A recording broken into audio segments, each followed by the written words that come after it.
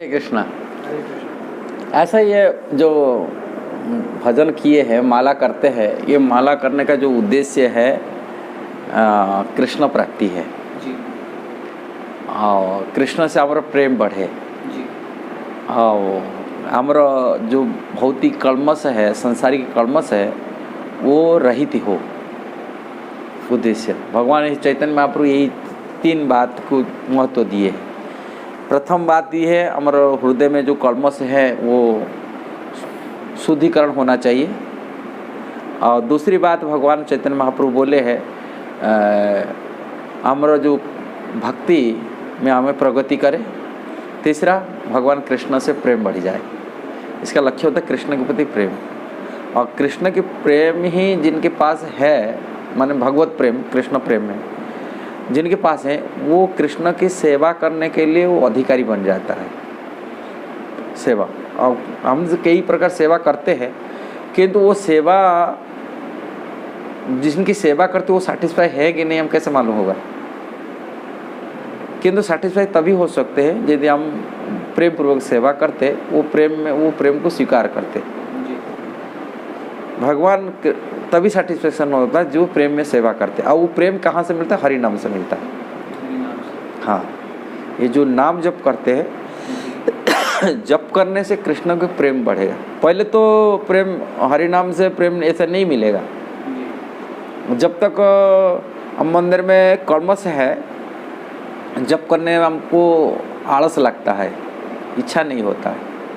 कहाँ ये जप में इतना श्रद्धा नहीं होता है, और इसीलिए नहीं हो रहा है कारण हमारे कलमश है। और हरि नाम में तो मीठा है, अब भगवान से अभिन्न नाम है, हरि नाम अभिन्न है। किंतु नाम को हमको इतना आनंद नहीं मिलता, सेटिस्फेक्शन नहीं मिलेगा। शुरू से आप जप करेंगे, आपको सेटिस्फेक्शन नहीं मिलेगा जप करने में। कि रूप गोस्वामी बोलते हैं जैसे पीलिया रोग होता है, जैसे मिश्री का गुण होता है मीठा है, किंतु पीलिया रोग जिसको होता है मिश्री मीठा नहीं लगेगा, कड़वा लगेगा। किंतु वो पीलिया रोग के इलाज जो होता है वो मिश्री ही इलाज है। मिश्री पानी पीते रहे, मीठा खाते, मिश्री खाते तो वो इलाज उसी से हो जाता है और मिश्री मीठापन आ जाता है। ऐसा हरि नाम है, इसमें मीठा है, किंतु जब तक संसारी की रोग लगा है, संसारी की वासना इच्छा है लगा हुआ है, वो मीठा नहीं लगेगा।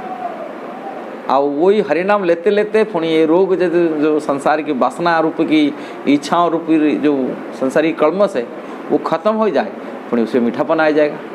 जब मीठापन आ जाएगा, पुणी वही मीठापन में ही भजन करना पड़ेगा। अब तो आपको प्रेम मिल रहा है, और उसी प्रेम ही आपको कृष्ण प्रेम सेवा करने के लिए प्रेरणा दिलाएगा। मैं कृष्ण की तरह तरह कैसे सेवा करूँ। हाँ, और जब सेवा करेंगे तब प्रेम पूर्वक सेवा करते, आपका प्रेम को कृष्ण स्वीकार करते।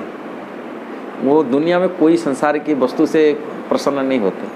अब दुनिया वस्तु जैसे ही अब सुने होंगे, दुर्योधन पूरा कदरे 56 भोग बना के अपने घर में बहुत राजकीय भोग बनाने के देने के लिए चाह रहे थे, किंतु भगवान इसको स्वीकार नहीं करते, उनका प्रेम नहीं था।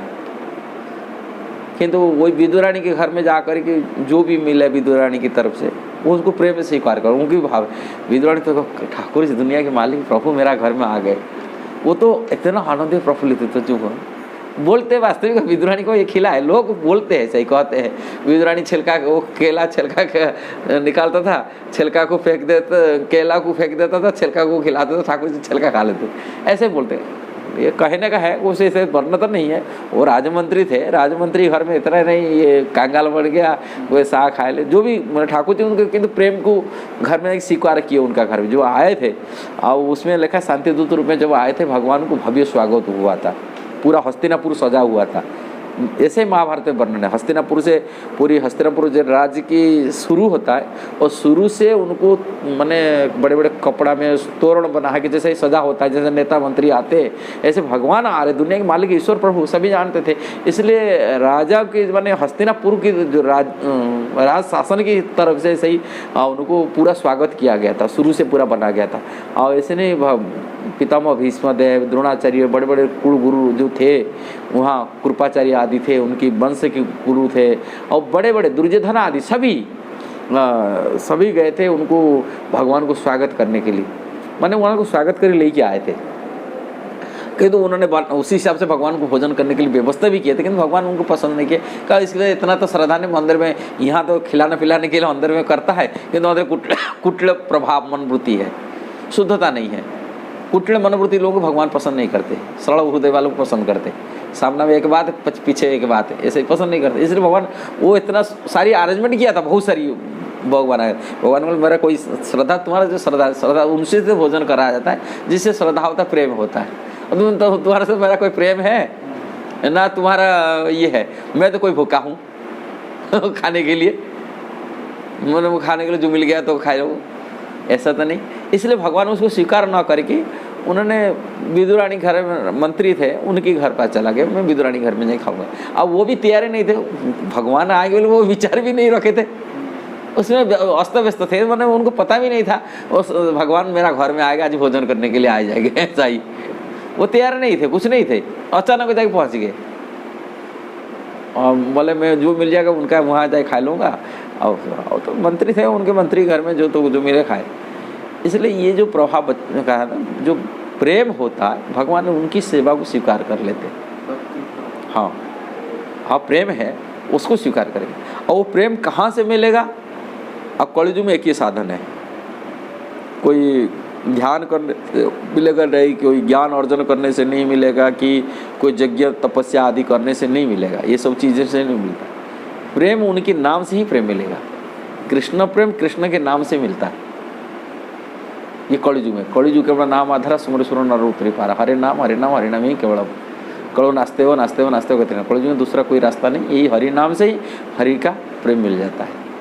नाम को उच्चारण जो जप करते हैं, एक चीज़ कल्मश शुद्धता होता है। हमारे कल्मश क्या है? संसार में प्रमुख कल्मश होता है काम, क्रोध, लोभ, मद, मात्सर्य, अहंकार, ये भी सब कल्मश है।